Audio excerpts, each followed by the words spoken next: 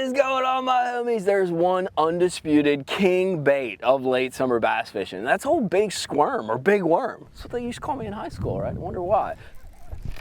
Jeez, ate it right as it fell down too. It's one of those things that just works. Big ribbon tail, 10-inch, 12-inch. All the old timers know it. And if you ask most anglers, they Texas rig it, right? Super standard works to a T.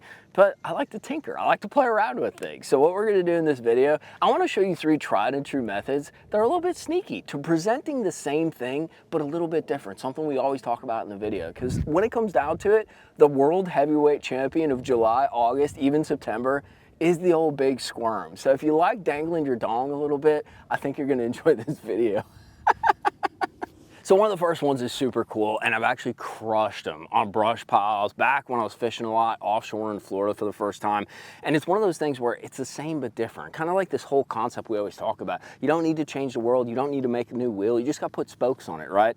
And it's actually something that Tommy Biffle used a lot. It's a wobble head, but it's something that a lot of guys use for a creature style bait, right? They'll put like a beaver style bait, something along those lines, and they'll actually just kind of reel it and creep it around the bottom, or they'll actually use it as a swim jig, right? Just slowly reel it back.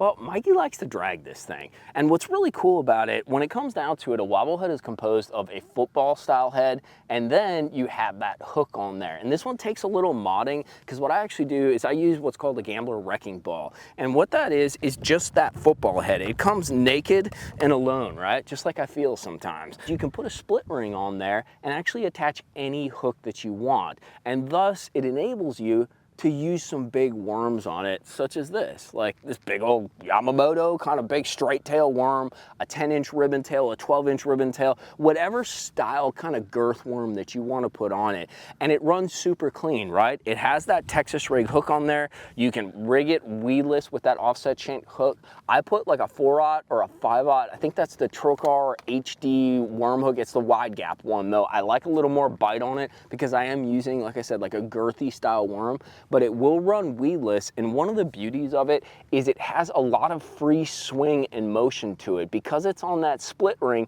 it's able to kind of swim back and forth. You can reel this thing, but this time of year, I kind of like to drag it. One note though, when you are rigging this thing up, you're gonna do a standard Texas rig just like this, but you do not want to cover up too much that connection between the ring and the hook, because what it actually ends up doing is it limits that swinging motion. So you want it to be nice and loose and have a lot of free swinging action, because I think that's the appeal to it. It runs really good through cover, through rock, things along those lines, because you have that football head and it's able to kind of bulldoze and work its way through. So I'll be honest with you boys, I wish I was this big. This is actually an ER16. This is a gambler worm, dude. And this is a technique that we call in Florida throwing a snake. It's kind of used to be super sneaky, now it's sort of out of the box, but it's a very simple concept, right? Represent some of those water snakes, those big moccasins, all those kind of slithery things that are moving around, dude. And it fishes exactly like that. Because the worm is so long, it has this slithery kind of like S motion to it as you're twitching it through the water. You throw it on like a little 7.2, 7.1. I throw it on my like jig rod, my BB series, medium heavy, 17-pound fluorocarbon, or if you're around super heavy swampy stuff like we have around here, throw it on like 50-pound braid.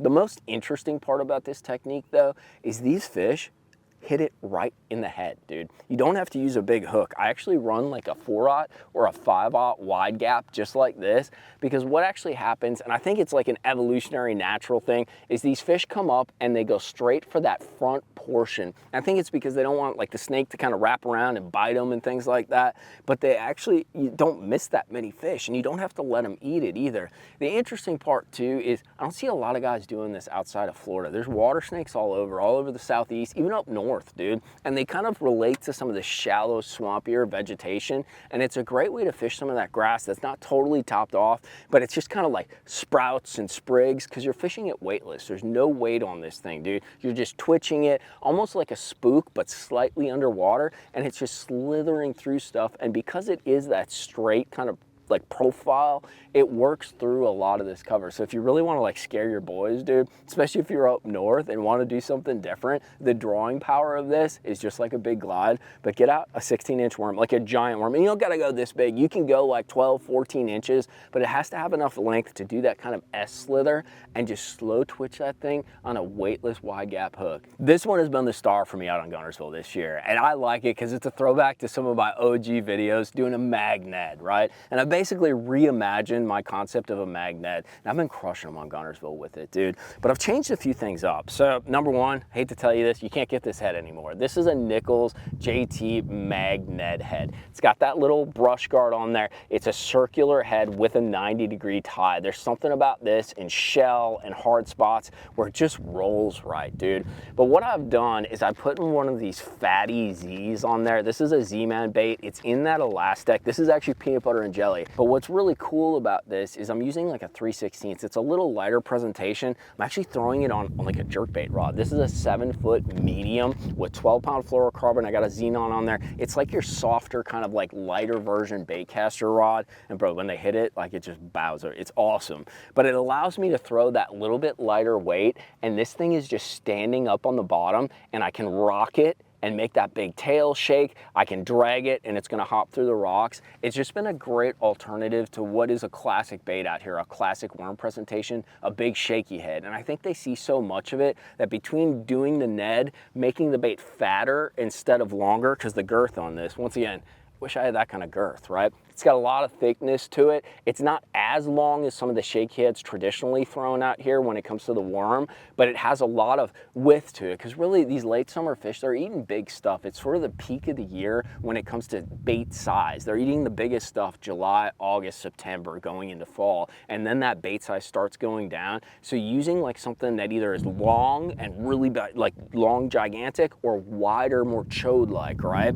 And the way this thing stands up, I've gotten a lot of bites just letting it sit and then just shaking my slack line, almost like kind of a Nico style kind of presentation, but then also your traditional dragging, and it's just standing up on those hard spots. Doesn't fish super clean through grass. You got to keep an eye on that. But if you have rocks, gravel, shell bars, and you're looking to do something that's a little more finesse, but still capture that big worm feel, dangle you one of these, dude. There is nothing wrong with throwing a Texas rig. I actually still have one tied up on the deck, and it crushes it, right? But I was like playing around and just doing slightly different things. And between that wobble head, that free kind of swinging but weedless presentation, the snake, better for that upper water column, gigantic kind of drawing power, just like those big glides, and then just kind of modifying like a concept that I know works, you know, like a magnet, but making it more floaty, making it more like chode and like bigger and wider. Like those are the kind of simple little changes that you can make to a classic presentation and really make it kind of get more bites. I literally sat on a shell bar yesterday